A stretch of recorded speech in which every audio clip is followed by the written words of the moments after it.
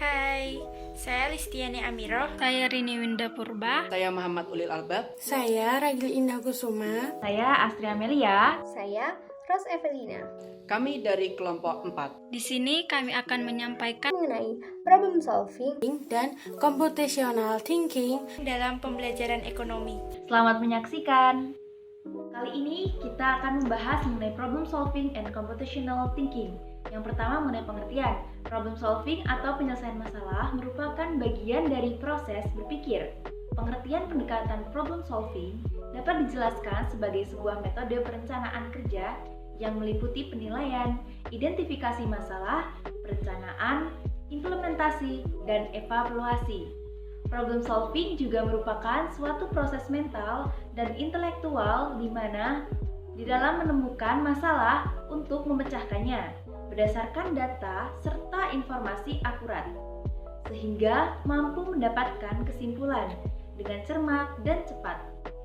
Sedangkan computational thinking merupakan proses berpikir yang diperlukan dalam memformulasikan masalah dan solusinya, sehingga solusi tersebut dapat menjadi agen memproses informasi yang efektif di dalam menyelesaikan masalah. Lalu, apa sih hubungan problem solving dengan computational thinking? Computational thinking adalah problem solving. Maksudnya yakni mendefinisikan akar masalah beserta solusinya. Lalu memikirkan apakah solusi tersebut akan lebih efektif jika melibatkan komputer.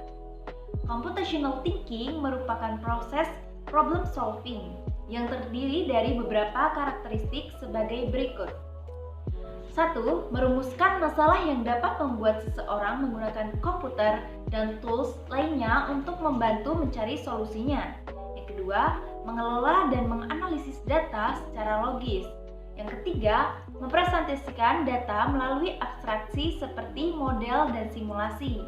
Yang keempat, mengotomatisasi solusi menggunakan algorithmic thinking atau serangkaian urutan atau langkah-langkah. Dan yang keempat, mengidentifikasi, menganalisis, dan mengimplementasi seluruh potensi yang mungkin untuk mencapai langkah yang paling efektif dan efisien dari resource yang ada. Dan yang kelima, menggeneralisasi dan mentransfer proses problem solving untuk berbagai masalah.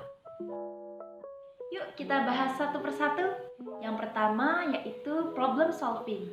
Salah satu metode pembelajaran yang dapat merangsang keterampilan berpikir kritis siswa adalah metode problem solving atau pemecahan masalah.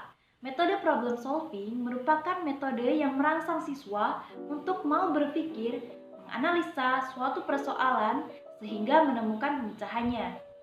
Metode ini dapat menghindarkan seseorang membuat kesimpulan yang tergesa-gesa, akan menimbang berbagai kemungkinan pemecahan dan menangguhkan pengambilan keputusan sampai terdapat bukti-bukti yang cukup. Nah, setelah mengetahui apa itu problem solving, kita juga harus mengetahui langkah-langkah dan tahapan di dalam pendekatan problem solving pada pembelajaran ekonomi. Dalam problem solving terdapat 7 langkah-langkah atau tahapan yang dapat dilakukan. Yang pertama, tahapan I can, saya mampu atau saya bisa. Di mana tahapan ini adalah tahapan membangkitkan motivasi dan membangun serta menumbuhkan keyakinan diri siswa. Yang kedua, define atau mendefinisikan. Siswa membuat daftar hal yang diketahui maupun yang tidak diketahui, menggunakan gambar grafis untuk memperjelas permasalahannya. Yang ketiga, mengeksplorasi atau explore. Tahapan merangsang siswa untuk mengajukan pertanyaan-pertanyaan dan membimbing untuk menganalisis dimensi-dimensi permasalahan yang dihadapi. Yang keempat, plan atau merencanakan, di mana pada tahapan ini adalah tahapan mengembangkan cara berpikir logis siswa untuk menganalisis suatu masalah dan menggunakan flowchart untuk menggambarkan permasalahan yang dihadapi. Dan yang kelima, do it atau mengerjakan, yakni membimbing siswa agar sistematis untuk memperkirakan jawaban yang mana sih yang mungkin dapat dilakukan serta untuk memecahkan suatu masalah. Yang keenam, cek atau mengoreksi kembali. Ini adalah membimbing siswa untuk mengecek kembali jawaban yang dibuat, mungkin ada beberapa kesalahan yang dibuat, dan yang terakhir adalah generalize atau generalisasi. Yakni tugas tahapan ini adalah membimbing siswa untuk mengajukan beberapa pertanyaan untuk suatu permasalahan. Lalu, apa sih kelebihan model pembelajaran problem solving jika dibandingkan dengan model pembelajaran lainnya? Kelebihan dari model pembelajaran problem solving adalah yang pertama, diharapkan siswa dapat lebih fleksibel di dalam menghadapi suatu masalah di kehidupan baik secara individu maupun kelompok. Dan yang selanjutnya, selain itu di dalam aktivitasnya, pembelajaran model problem solving dapat memancing daya pikir siswa sehingga peserta didik dapat lebih efektif dan lebih luas serta berpikir kritis tentang suatu masalah, sehingga mereka dapat memberi alternatif solusi dan menghadapi permasalahan tersebut. Dan yang ketiga, mendorong peserta didik untuk bisa mengidentifikasi dan melakukan penyelidikan di dalam pemecahan suatu masalah. Yang keempat, mendorong peserta didik agar bisa menafsirkan dan mengevaluasi hasil pengamatan mengenai suatu masalah. Akan tetapi, terdapat juga kekurangan dari model pembelajaran problem solving ini, yaitu yang pertama, menentukan suatu masalah yang tingkat kesulitannya sesuai dengan tingkat berpikir siswa, tingkat sekolah, dan kelasnya, serta pengetahuan dan pengalaman yang telah dimiliki siswa sangat memerlukan kemampuan dan keterampilan guru. Sering orang beranggapan keliru bahwa metode pemecahan masalah hanya cocok untuk SLTP, SLTA, dan PT saja. Padahal untuk siswa SD sederajat juga bisa dilakukan dengan tingkat kesulitan permasalahan yang sesuai dengan taraf kemampuan berpikir peserta didik.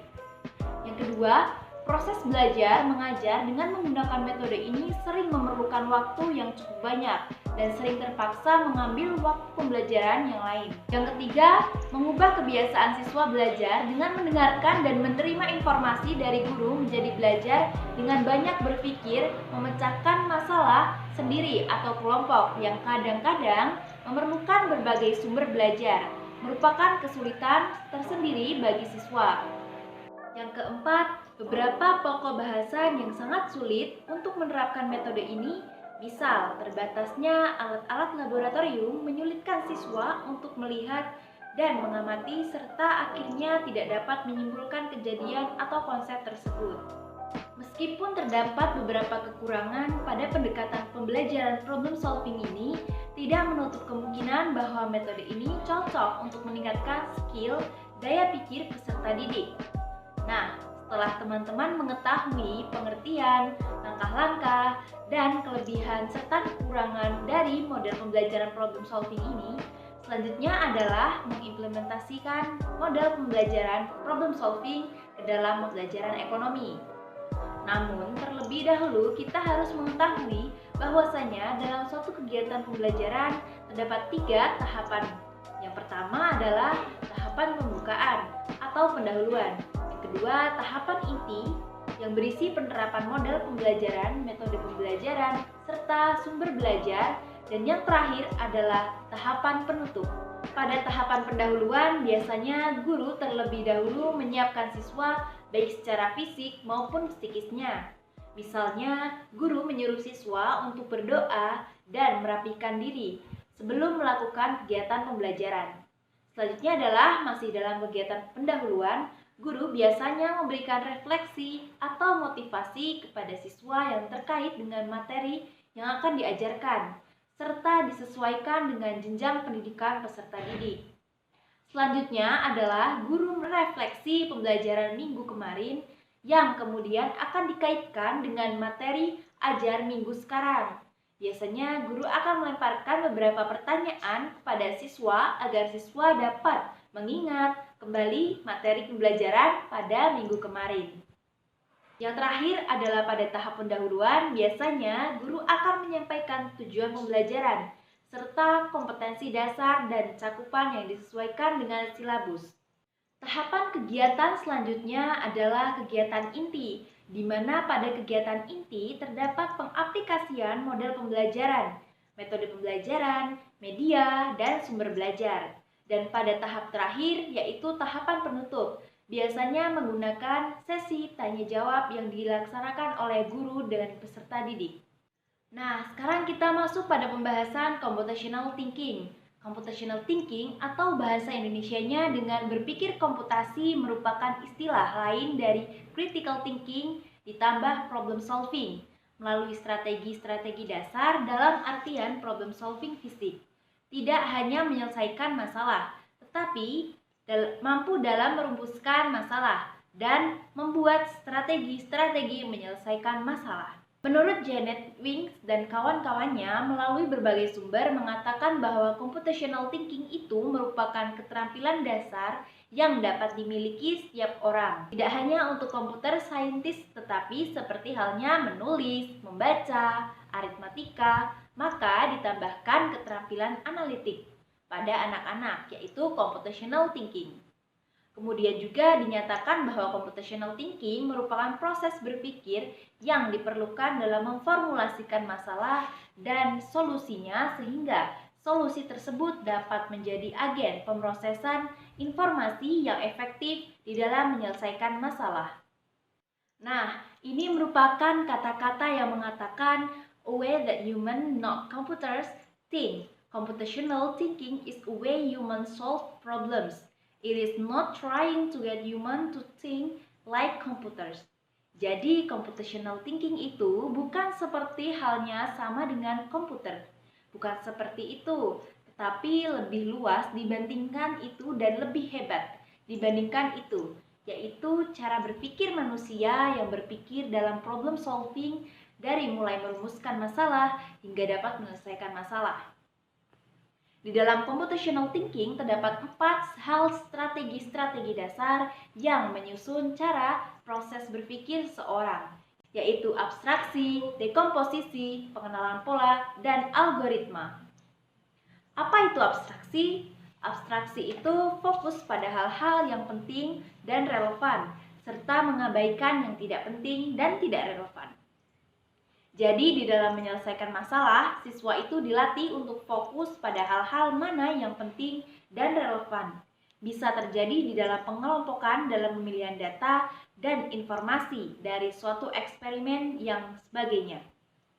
Yang kedua yaitu dekomposisi, artinya mampu menguraikan permasalahan yang kompleks atau sistem menjadi permasalahan yang lebih sederhana.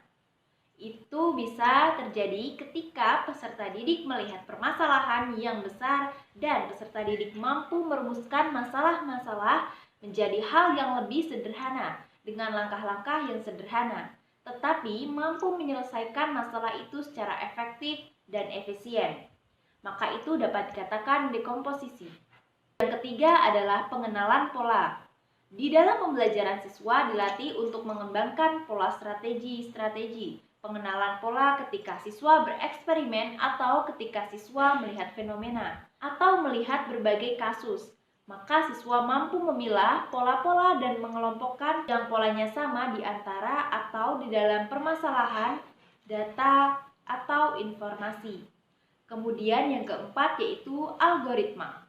Algoritma itu menyelesaikan suatu permasalahan dengan cara-cara yang sistematis, dengan SMART, yaitu spesifik, measurable atau terstruktur, attainable, relevan, dan time-based atau berdasarkan waktu. Keempat strategi ini bisa terjadi secara bersamaan atau satu atau lebih dari 1, 2, 3, ataupun kesemuanya.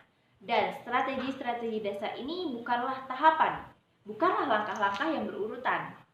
Jadi, strategi-strategi dasar ini dapat muncul dan dapat dilatih serta dapat dikembangkan di dalam pola berproses berpikir pada peserta didik dalam setiap aktivitasnya. Yang perlu diingat adalah computational thinking tidak hanya diterapkan di dalam bidang informatika, tetapi bisa di semua bidang, termasuk bidang ekonomi. Computational thinking merupakan proses berpikir yang dapat dikembangkan sejak anak-anak. Peserta didik pun dapat dilatih dan dikembangkan cara berpikir komputasinya. Demikian juga di dalam pembelajaran ekonomi, dapat menggunakan pendekatan computational thinking. Selanjutnya yaitu kelebihan computational thinking. Dengan computational thinking, kita bisa memecahkan masalah yang kompleks dengan berbagai cara yang sederhana. Computational thinking juga bermanfaat untuk melatih otak supaya kita bisa terbiasa berpikir secara logis, terstruktur, dan kreatif. Manfaat lain dari computational thinking adalah dapat membuat seseorang mampu merumuskan masalah dengan menguraikan masalah tersebut ke bagian yang lebih kecil dan lebih mudah dikelola, serta mampu melakukan identifikasi analisa dan implementasi solusi dengan berbagai cara serta sumber daya yang efisien dan efektif. Dengan sering menggunakan computational thinking, orang akan lebih bisa berpikir dengan kritis. Setiap permasalahan yang dihadapi pasti ada pemecahannya, dan computational thinking akan membantu menyelesaikan masalah dengan logika yang baik. Mulai dari penguraian masalah, menjadi detail yang lebih kecil, penyaringan detail-detail tersebut, melakukan rancangan-rancangan tahapan, dan pengenalan pola. Metode-metode tersebut yang akhirnya menghasilkan pemecahan masalah yang baik. Pada pembahasan yang terakhir ini, kita akan membahas mengenai penerapan problem solving dan computational thinking di dalam pembelajaran ekonomi. Di dalam sebuah pembelajaran, kita sebagai pendidik dapat menerapkan metode computational thinking yang mengacu pada problem solving. Dalam kasus ini, saya mengambil pembelajaran ekonomi sebagai topik untuk diterapkannya metode problem solving yang di dalamnya menggunakan computational thinking. Contoh di dalam rancangan pembelajaran ekonomi yaitu secara garis besar dan umum dapat terlihat dari beberapa aktivitas di mana yang terlihat itu adalah proses berpikir aktivitas siswanya. Aktivitas 1, memperlihatkan fenomena alam atau fenomena di dalam kehidupan nyata terkait dengan materi ekonomi. Siswa diperhatikan, siswa didemokan, siswa dapat diberi kesempatan dalam bertanya baik lisan maupun tulisan. Dan guru tentunya selalu memfasilitasi pada setiap aktivitasnya. Aktivitas yang kedua bisa juga guru setelah memberikan fenomena, kemudian guru memberikan kasus atau hal yang mengarahkan peserta didik agar dapat diberi kesempatan untuk merumuskan masalah dan menyatakan pendapatnya tentang rumusan masalah dengan tulisan maupun lisan. Yang ketiga yaitu peserta didik dan guru bisa sepakat atas rumusan masalah tersebut melalui proses diskusi, sehingga peserta didik dapat berdiskusi aktif mencari cara bagaimana menyelesaikan permasalahan tersebut. Di dalam semua aktivitas, guru diharapkan melakukan pembelajaran student center dan well-being. Dan dalam setiap aktivitas, integrasikan media digital dan permainan agar lebih menyenangkan dan mengasihkan bagi semua peserta didik. Aktivitas selanjutnya, setelah peserta didik dapat merancang berpikir bagaimana strategi menyelesaikan permasalahan, maka peserta didik bisa berkolaborasi untuk mengumpulkan dan mencari informasi diskusi, membuat langkah-langkah penyelesaian merancang sesuatu. Aktivitas yang kelima, peserta didik dapat melakukan eksperimen dan mengumpulkan informasi atau data. Kemudian pada aktivitas selanjutnya, peserta didik dapat memilih data-data penting yang diperolehnya untuk menyelesaikan masalah. Mana yang penting dan relevan dalam penyelesaian masalah tersebut. Selanjutnya, peserta didik mengolah data dan menginterpretasikannya di dalam bentuk diagram atau tabel ataupun data-data. Aktivitas yang selanjutnya, peserta didik dapat menerjemahkan dan menganalisis menjadi suatu pembahasan atas permasalahan yang sudah didiskusikan. Dan aktivitas yang terakhir yaitu peserta didik dapat memverifikasi dengan cara presentasi dan menyesuaikan dengan sumber-sumber yang valid dengan arahan guru. Nah, itu tadi pemaparan mengenai pendekatan problem solving dan computational thinking di dalam pembelajaran ekonomi. Terima kasih telah menyaksikan dan sampai jumpa.